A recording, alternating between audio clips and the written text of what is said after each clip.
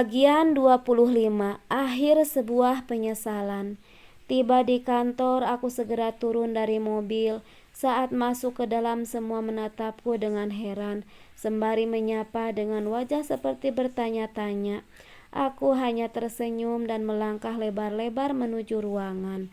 Anita dengan senyum semringah sigap menyambutku dengan mengucapkan selamat datang kembali. Semua berkas dan bukti sudah kamu siapkan? Sudah, Bu, semua sudah beres. Oke, jawabku sembari tersenyum dan masuk ke ruangan.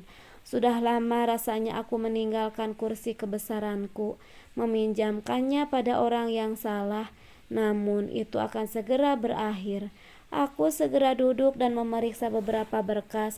Aku memutar kursi yang tengah kududuki dengan membelakangi meja sembari merepres pikiran. Tidak lama setelah itu, pintu terbuka, itu artinya ada yang masuk. Suara ketukan high heels yang berpadu dengan lantai terdengar begitu nyaring. Aku tersenyum mendengar kedatangannya. Siapa kamu? Tanyanya terbata. Aku masih dalam posisi duduk membelakanginya.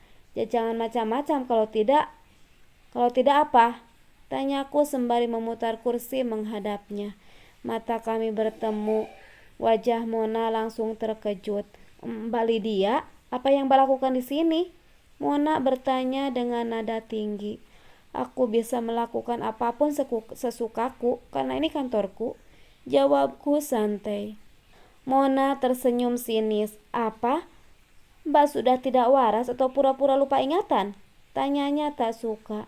Aku langsung memegang surat-surat kepemilikan seluruh harta kekayaanku. Tentu saja hal itu membuat wajah Mona langsung terlihat terkejut. Itu Mbak mencurinya? Aku tidak mencuri. Mona segera mengambil ponsel dan menelepon seseorang. Tidak lama kemudian Mas Angga datang bersama Dimas. Mata Mona terbelalak saat menyadari bahwa surat kepemilikan harta yang waktu itu kuberikan adalah palsu. Sebelah tangannya menutup mulutnya yang terbuka. Mungkin shock. Gak mungkin, ini gak mungkin, ucapnya tak percaya. Mulai sekarang kalian bisa pergi dari sini dan tinggalkan rumah. Aku berucap dengan nada santai. Gak, ini gak bisa diterima. Ini penipuan, ucap Mona tak terima. Terserah, aku tidak peduli, balasku. Sementara Mas Angga hanya bergeming, wajahnya pun menampakkan rasa terkejut yang sama seperti Mona. Kemudian Mona tersenyum, lebih tepatnya menyeringai jahat ke arahku. Baiklah, silahkan ambil kembali harta Mbak. Tetapi tentunya anak ini lebih berharga, bukan? Mona menarik Dimas dan memegang tangannya dengan kuat hingga Dimas meringis kesakitan. Ayo Dimas, ikut tante. Tolong lepaskan, Dimas, jangan libatkan dia, ucapku. Kalau begitu cepat serahkan surat-surat kepemilikannya yang asli, tawar Mona. Lagi-lagi ia menggunakan Dimas. Kali ini aku tidak boleh menyerah. Mas kok diam aja, cepetan ambil suratnya, bentak Mona ke Mas Angga. Iya, terbata Mas Angga menjawab. Namun Mas Angga masih hanya diam di tempatnya. Gimana sih Mas, dari tadi iya aja tapi gak ngelakuin sesuatu. Dasar lelaki gak guna, teriak Mona penuh amarah.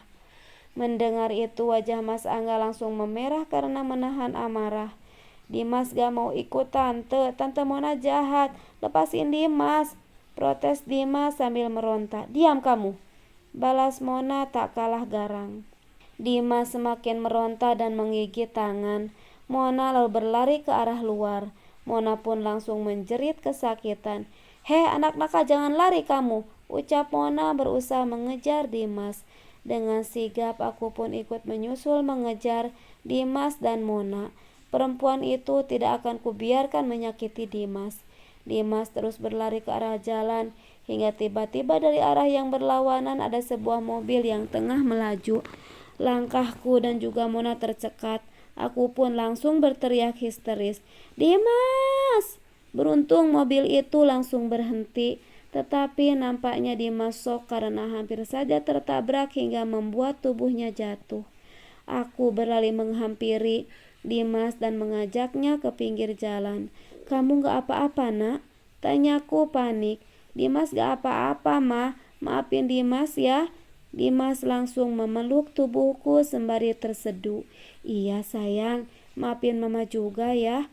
Aku membalas pelukannya sembari ikut menangis. Tidak lama kemudian, Mas Angga datang dengan 2 polisi, tangannya terborgol. Kami mendapat laporan kalau Pak Angga dan Bu Mona terlibat kasus penggelapan dana. Dan saat kami datang, Pak Angga juga kepergok mencuri berkas-berkas penting milik ibu. Ucap seorang bribtu yang nama di dadanya Hendra tersebut. Tangannya terlulur memberikan sebuah map yang berisi surat-surat penting punyaku. Tanganku terangkat menutup mulutku yang terenganga tak percaya. Maafkan Mas Lid, Mas hilap.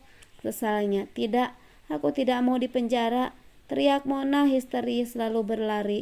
Polisi yang satunya berusaha mengejar Mona, tetapi sebuah kecelakaan tidak bisa dihindarkan. Tubuh Mona langsung terpental beberapa meter. Darah langsung mengucur dari kepala dan hidung juga telinga. Aku sangat kaget dan berlari menghampirinya sembari memegang kepalanya. Napasnya turun naik dan tersengal. Mbak, Mona minta maaf juga Mas Angga, ucap Mona terbata. Napasnya kembali tersengal dan kemudian perlahan memelan dan menghilang. Innalillahi wa inna ilaihi roji'un, ucap salah seorang polisi yang tadi mengejarnya. Bu Mona sudah meninggal, lanjutnya. Aku begitu shock mendapati Mona tergeletak di pangkuanku dengan bersimbah darah dan akhirnya meregang nyawa. Innalillahi wa inna ilaihi roji'un, ucapku lemah. Aku bahkan belum sempat menjawab permintaan maafnya. Iya, aku memaafkanmu Mona. Beristirahatlah dengan tenang, batinku. Sudah 1 minggu sejak kejadian tragedi mengenaskan itu, membuat tubuhku lesu bila mengingatnya. Aku begitu sedikit trauma bila melihat darah. Kepalaku langsung terasa pusing. Tetapi setidaknya aku bersyukur akhirnya semua ini selesai, walau dengan akhir yang tidak menyenangkan. Meninggalkannya Mona dan Mas Angga berakhir di penjara. Semoga saja ada hikmahnya. Dan Mona semoga dilapangkan kuburnya, diampunkan dosa-dosanya. Aku tidak ingin menjadi beban bagi orang yang sudah tiada dan memaafkan semua kesalahan semasa hidupnya. Aku pun tak luput dari salah dan dosa. Aku menghela napas dan perlahan membuangnya. Ada harapan baru yang harus kuperjuangkan dengan menata lembaran baru bersama Dimas. Hari ini aku akan telat datang ke kantor. Pagi-pagi sekali aku sudah menelepon Renita karena akan menemani Dimas berkunjung menemui papanya. Bagaimanapun aku tidak boleh membuat Dimas membenci Mas Angga. Terima kasih Lid sudah mau jengukin Mas, ucap Mas Angga saat kami datang menjenguknya. Aku datang ke sini karena Dimas, jawabku. Apapun alasan kamu, Mas tetap berterima kasih. Terima kasih, saya yang sudah jengukin Papa. Maafin, Papa yang belum bisa jadi Papa yang baik buat Dimas. Iya, Pak, Dimas udah maafin Papa kok. Kata Mama kita harus memaafkan orang yang minta maaf sama kita, ucapnya polos.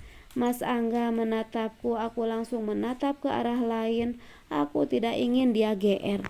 Sekali lagi terima kasih Lid. Dimas, Mama tunggu di luar ya. Kamu lanjutin aja ngobrol sama papanya, ucapku berusaha menghindar. Iya, Ma. Saat aku akan beranjak, Mas Angga kembali memanggilku. Lydia, Mas boleh minta sesuatu enggak? Sejenak hening. Mas, minta tolong dibawain perlengkapan sholat. Sudah lama rasanya Mas tidak sholat dan jauh dari Tuhan. Jika dihitung, sungguh nikmat Tuhan itu tidak akan pernah bisa dihitung.